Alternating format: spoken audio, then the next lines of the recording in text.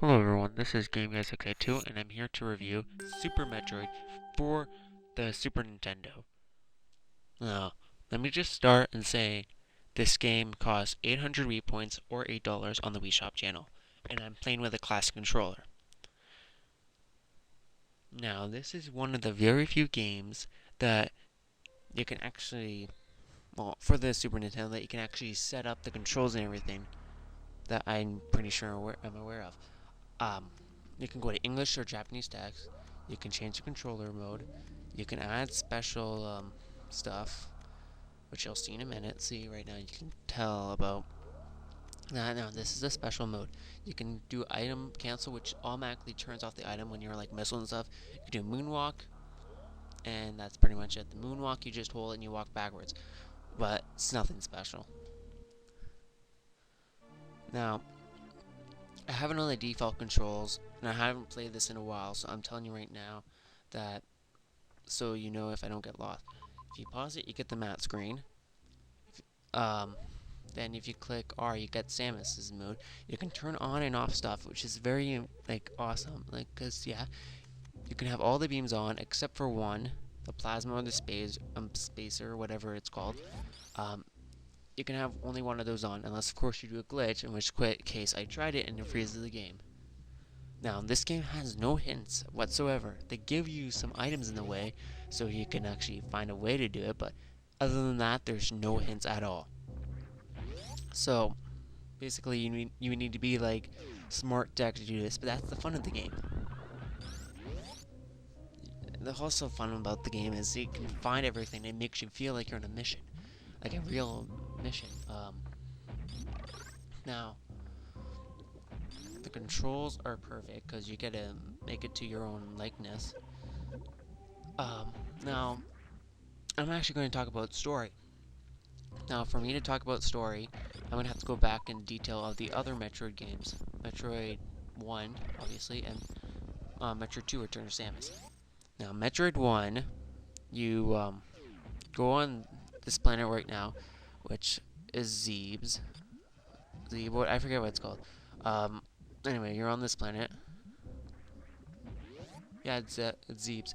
Or whatever, or however, well, yeah, however you pronounce it. Don't correct me, because I'll get mad and I'll delete the thing. Unless everyone says it, in which case I'll still delete it, but I'll get mad.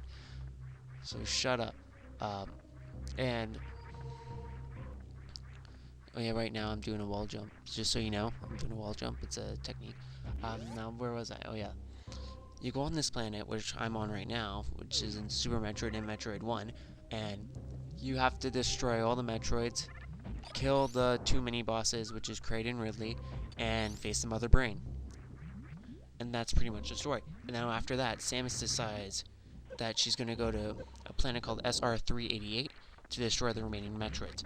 After, of course, you destroy the final Metroid, the Queen Metroid, you get to Hatchling, which is a baby Metroid, and it mistakes Samus for its mother. Samus, human, like because she's human, she has a heart, so she decides to help the baby Metroid and give it to um, scientists to study for the good of mankind. Now, in this game, you start in science, like the beginning where the baby Metroid is, and you get a distress signal saying it's been broken in, and Ridley somehow come back to life.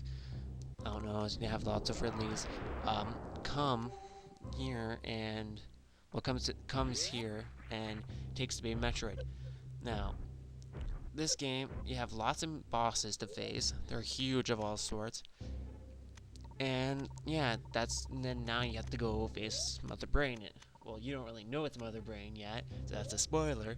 But you go and you try to get this baby Metroid back. And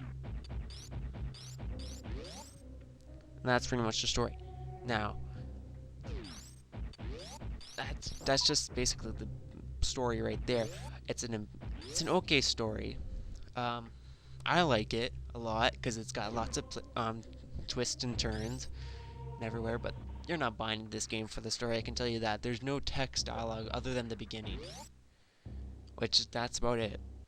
The only other text dialogue is explaining, and no one likes explaining. So now, explaining the controls, the graphics. As you can tell, they look amazing for Super Nintendo. Well, I'm pretty sure to me they look amazing. They look nicely. It's a good 2D choice, other than 3D 2D screen thing. But yeah, it looks amazing. Um, Now people think this is their favorite Metroid game. I have to agree, but I have to say one thing. It's my favorite 2D Metroid game. My favorite Metroid game, I can't decide. It's all of them are good. So, but if I had to choose one, it would be this between all the primes except Prime Hunters, which I don't know which one to pick. So don't judge me. Apologies if you Prime or this. They're tied, but this is my favorite 2D Metroid by far.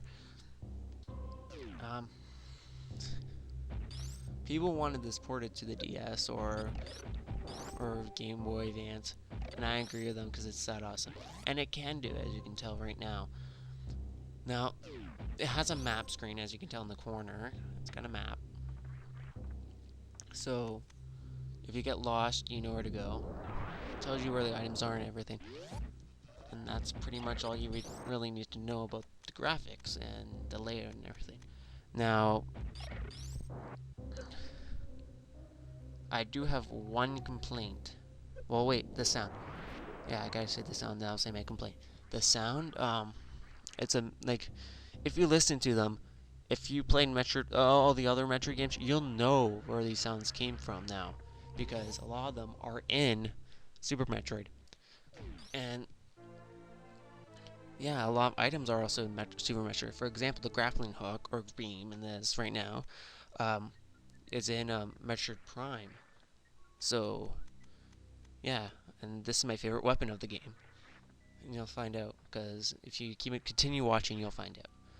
Now, there is my one complaint. It is short. However, they want you to beat the game fast, because the faster you beat it, the better the ending. So, they basically basically takes my complaint and makes it something amazing. So it's a short game. Well, it's long for people who are like doing that. Like I beat it in like 3 hours. That's how short I meant. So yeah, that's what I mean. Like 3 hours. It's a pretty long game for Super Nintendo, but as an awesome game, it's pretty short. Now they turned that, and people can beat it in like a half an hour.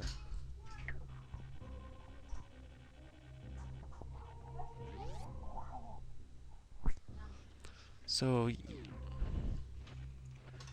yeah, items also help you progress through the game. You also have expansions, like you have Super Missiles expansions, Power Bombs, Missile expansions, Energy Tanks, and the lot. It's really an amazing game.